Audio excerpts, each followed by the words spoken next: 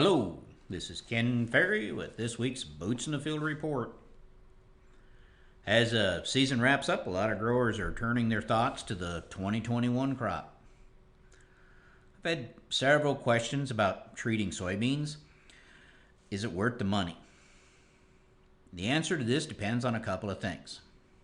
Are we planting early? Does the field have a history of seedling disease problems?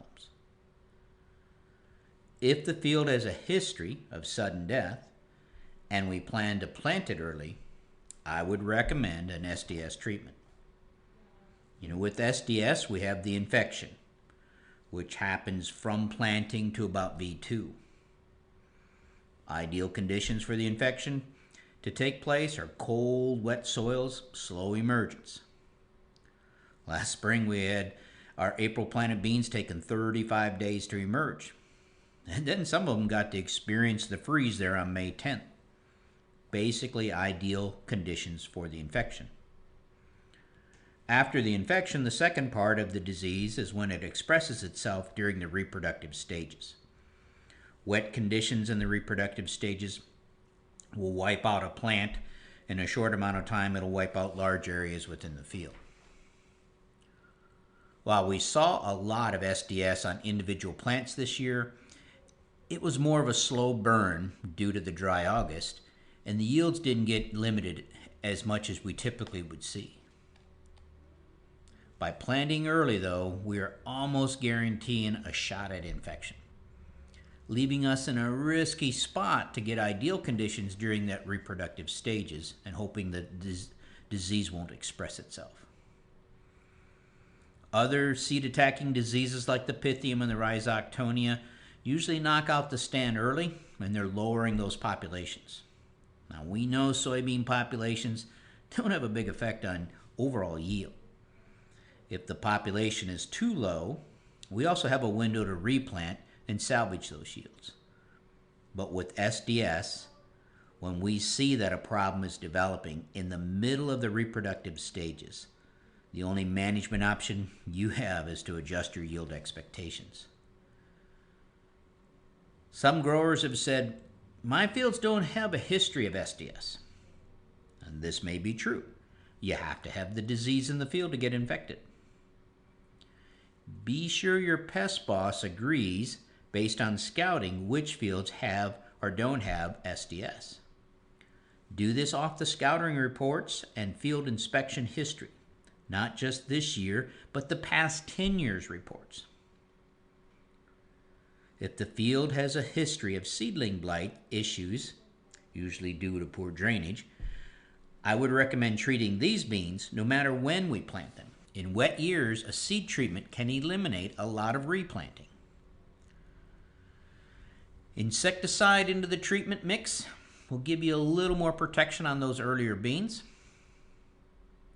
The portion of the beans, though, that you plan on planting in a more conventional time frame, after the corn is done and when the soils warm up, it's been harder in our plots to pay for these treatments with increased yield. Savings there would be from allowing you to plant a lighter population if you wanted to and maintain the same stand when you got done.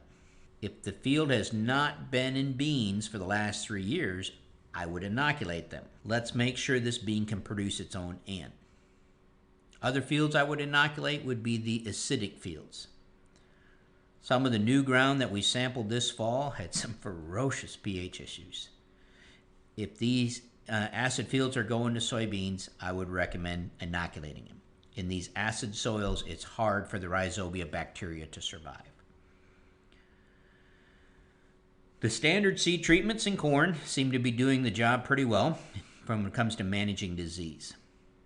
The insecticide package you add to it, again, that should be driven by the pest team's scouting reports for each field. Are we dealing with secondary insects, wireworms, grubs? Do we have a rootworm issue out there? Projected cutworm issue, let's say, due to planting in a cover crop? On top of that, what are the trait or lack of traits that we're using, as well as planter applications and planned post applications that can clean up things like, for instance, cutworm. So back to the question to treat or not to treat, and with what, should involve a discussion with the pest team on each field. Now is when you go back to those early scouting reports. Visited with one grower who asked, last year it took 45 days for my corn to get all up. Should I kick the rate of fungicide up in furrow to help this situation? Boys, the answer is don't put your corn in that situation. Plant with a soil thermometer and a future forecast, not by the calendar date.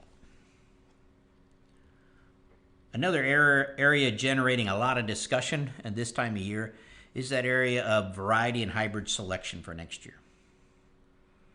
In the bean side, the discussion is usually focused around herbicide traits. Growers want to know how are the enlist beans or flex beans doing out there. Reports are coming in here both hot and cold, depending on the areas, the planting dates, the maturities. Guys are impressed and guys are not so impressed. We believe bean varieties have to prove their way onto your farm just like corn hybrids. Be careful leaving genetics that you are using now that are working for you and you're comfortable with to something that's totally new to your operation on a large scale. Due diligence in selecting varieties based on data that matches your management practices. When looking at plot yields, look close at the planting date and August rainfall on these soybeans. Just because it's in the same county doesn't mean it got the same rainfall in August. When selecting corn hybrids, be careful about throwing out a hybrid that has a good track record but disappointed you this year. Look for the reason why the hybrid let you down. In most cases, it's either placed or managed wrong for this season. Let me walk you through a real-life example. Using an upright leaf hybrid that is classified as a D hybrid in our yearbook, company rating has it as a semi-flex. The grower planted it at a flat rate of 36,000, as he has for the past 2 years. Overall yields in the field were disappointing, with 100 bushel swings in yield. The side hills on the light ground completely fell apart, and the heavier ground, which did much better, but still overall the yields were disappointing. This hybrid was used mainly on his heavier farms in the past, and due to its high yields, the grower has spread it out across his lighter farms. When we digest what we know about this hybrid, we can see it was placed and managed wrong. Upright leaf hybrids harvest a lot of horsepower from the sun, which usually shows up in yield, but they will also burn up quick if they don't have the water to meet the daily ET rates. As we'll talk about this winter, our August had record ET rates in a lot of areas. Higher populations demand more water per acre. When we push a hybrid too far, it'll go backwards. This is evident in our fixed flex plots this year. Our D hybrids, again focusing on depth of kernel, they need the last 30 days of fill to get them to yield. So that's a combination of good ET rates, water to meet them, and lots of sunshine or solar radiation in the end of that fill period.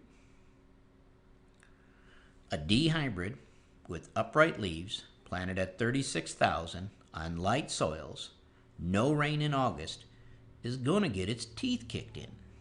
It's fighting for survival the last 30 days. It's not working on depth of kernel. You could do the same thing next year and get rain whenever you need it. Then the same hybrid would kick it out of the park. Knowing this and gambling on the weather going your way is one thing. But throwing this hybrid out of the lineup because of the 2020 performance may be a mistake. Know your hybrids and place and manage them to cater to their strengths and farm around their weaknesses. Take this same farm. Use VRT to pull the populations down on those side hills and light soils. while pushing in the heavier soils. Select a pendulum to semi-pendulum leaf structure to help protect the light soils. Choose a flex hybrid that allow you to lower populations without yield loss, and stay away from a D hybrid if the field has a tendency to run out of water in August. D hybrids need August for yield. Take what you know about the field, what you are learning about the hybrids, and put it to use. Well, Ken, I'd rather swing for the fence, pray for good weather, and rely on crop insurance if I don't get the weather. I have no problem with this thinking. If these fields are set up as individual units and you're willing to take that risk. But don't swing for the fence without insurance coverage, and then when it ends up being a swing and a miss, blame it on the hybrid. Hybrids should earn their way into your lineup and stay there until the hybrids are outperformed or the company discontinues them. Due diligence in hybrid selection. Don't throw it out because someone told you it's an old hybrid. Don't put all your acres in a new hybrid because someone has told you it's the greatest and newest thing. Use your hybrid plots to learn for yourself leaf structure, ear type, ear flex. Take this information to mitigate risk of the weather and weaknesses of your field. Don't use price as the first factor on whether a hybrid makes the lineup. Once the lineup has been picked based on performance and wanted characteristics and traits, then price and company service comes into picture. Now, company service is more than timely delivery. It's a seedsmen that know their product and where best to place it and how to manage it, standing behind their product when problems arise. Don't underestimate the value of a good seedsman when considering your cost per bag. Most of the guys here, as well as Erica at CropTech, are headed to the woods this weekend to do our part to control the deer population. It's a tough job, but somebody's got to do it. I want to wish all of you fellow hunters a safe and bountiful hunt. No podcast next week. We here at CropTech want to wish you and your family a very happy Thanksgiving. To stay up to date, check out our website at croptechinc.com and subscribe to our podcast, Boots in the Field Report. Keep her safe, keep her moving.